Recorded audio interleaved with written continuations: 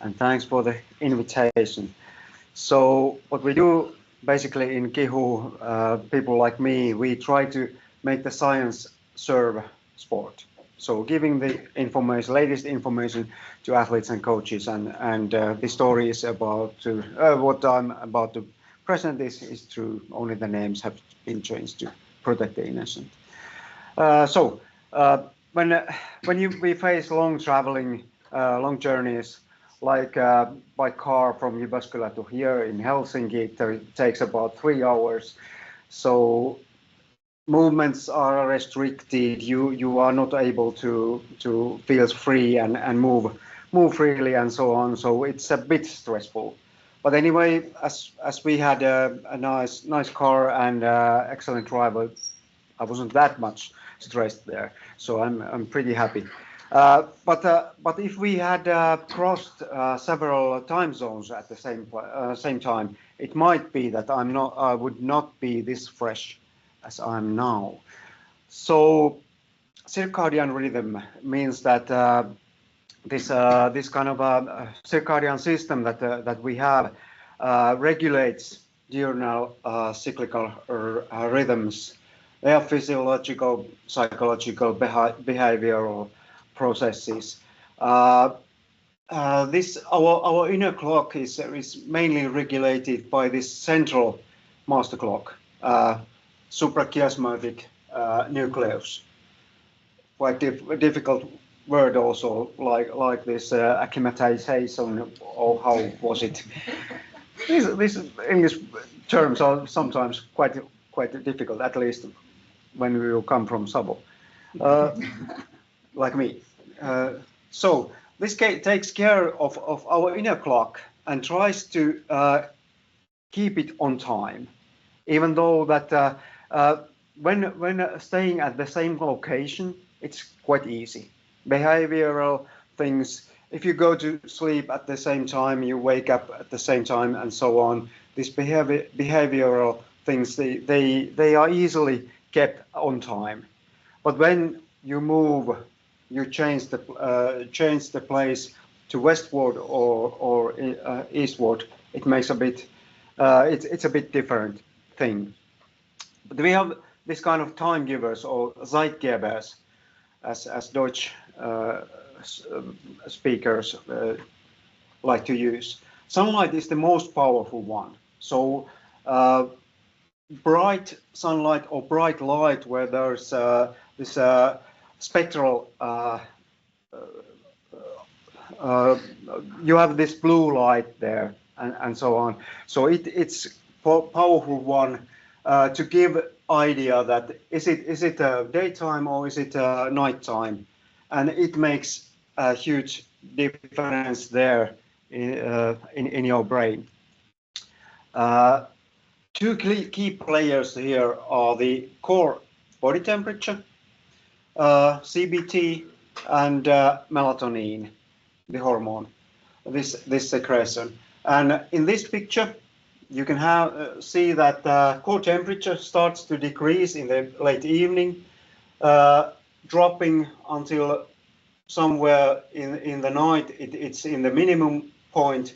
At this picture, it's at 4 o'clock.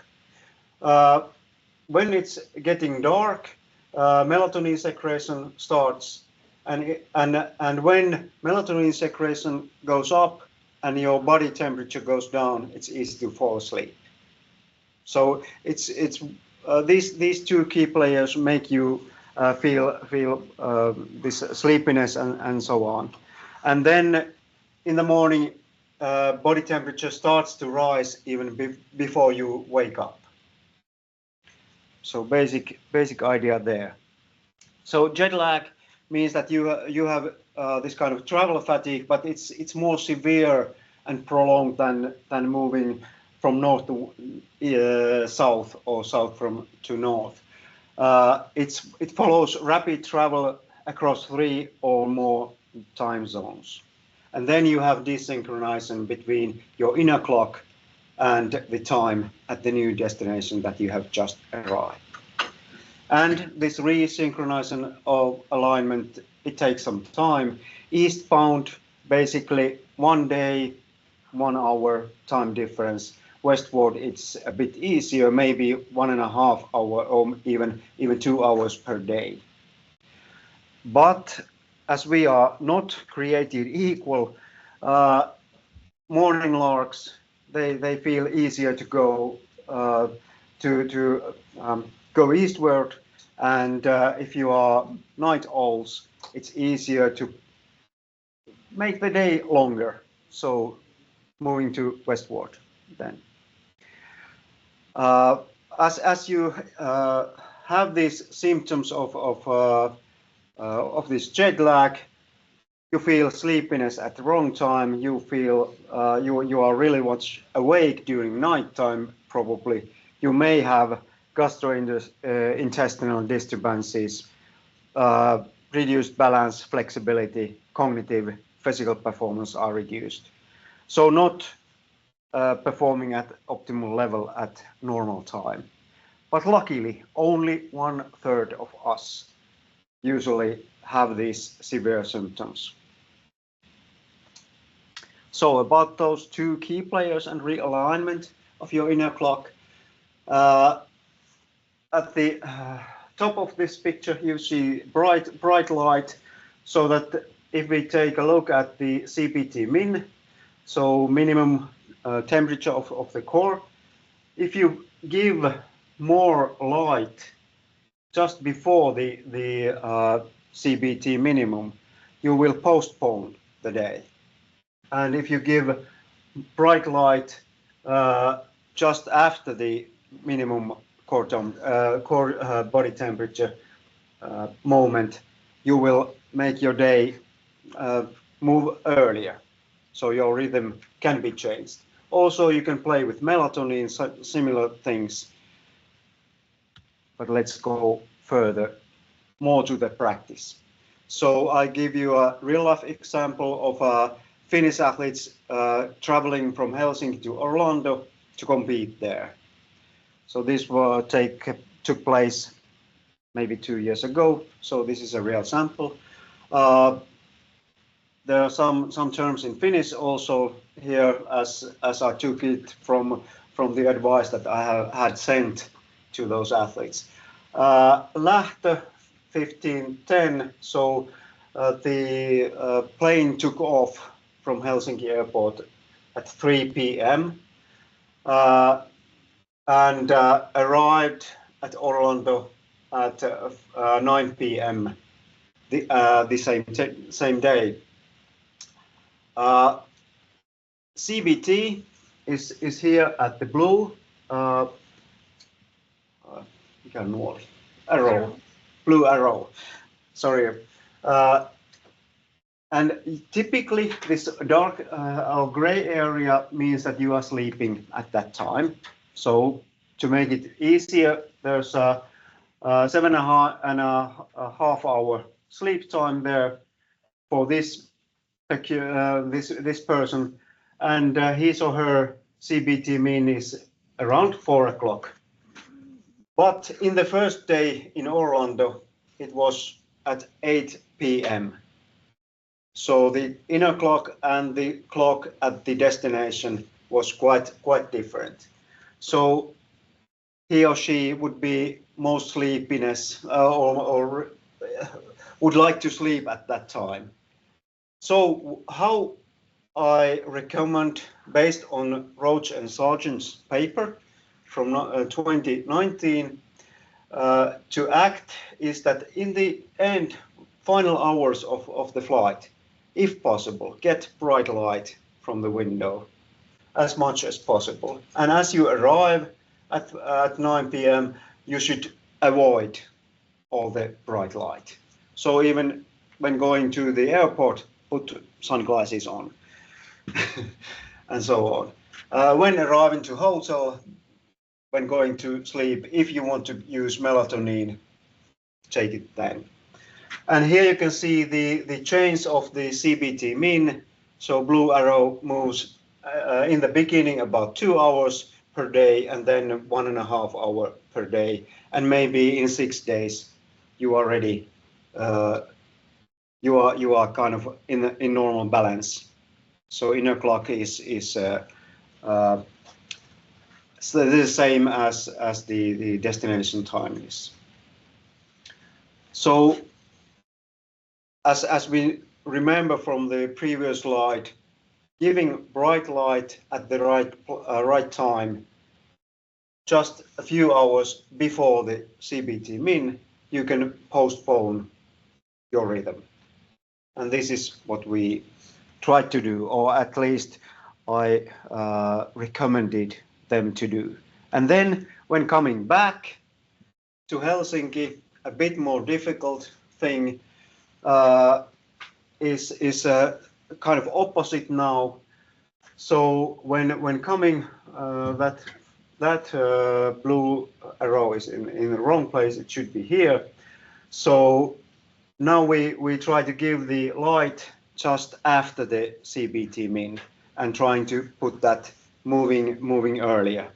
So using this science, and then there was in the Roach and Sargent's paper also recommendations when to take melatonin. Typically 3 milligrams, but this was what I gave athletes the advice was that if you are used to use this melatonin, then use this and use your own prescription there. But if you haven't done it, don't try this time as you are going to the World Championships. But this you can use this light as well as you can. So, question that may come that can I do something in advance? As there was 7 hours time difference. Bank sleeping. Sleep as much as possible so that you are not very tired when going for the long flight. And if possible, move bedtime and get up time according to your destination. So maybe 30 to 60 minutes per day for 3 to 4 days before traveling. And same also for the meals and training sessions. So move them to the direction that you are gonna go. And of course, take good care of sleep hygiene. And shortly about that, in the last hours before going to bed, calm down, avoid blue light, so you won't get this activation for your brain. It's good to get bored, get something boring to read or something like that. And when you have arrived to the destination, time difference of several hours, maybe your friend will call you or send messages in inappropriate time. So silence your mobile systems. Cool down, dim the bedroom. Maybe taking a warm shower might help to get sleep. Also eye masks, earplugs. You can use different systems that may help. But own experiences, they are really important, and especially when going to the major competition, don't try anything really strange. Then practice what you are doing before. Then after you have arrived, that means this post-travel extras. After you have arrived, use the sunlight at correct time. If possible, timing of the training sessions can be adjusted so that step by step moving to the normal rhythm. And remember that both physical and cognitive performance may have decreased now for the first few days. So maybe not doing most intensive training sessions at that time, or really strict, difficult technical things. They are not maybe safe to do in the first few days. And not sleeping during daytime, not too long, maybe at half day or midday or after lunch, really short naps. That's fine, but not too long. And well, yeah, you can play a little bit with caffeine, during the local morning, so getting you more awake, but not in the evening, so you can get the sleep also. So playing the jet lag first few days after the travel, they are the worst. When you know that they are the worst, pay attention to small things. But you can also get the greatest influence of performing in the right way. So in this example of this team traveling from Helsinki to Florida, time difference was 7 hours, so it takes about 3 to 4 days. Then you may be ready for the action. In this time, there was also environmental stress. So moving from cool Finland to hot Florida, it takes also time to acclimatize.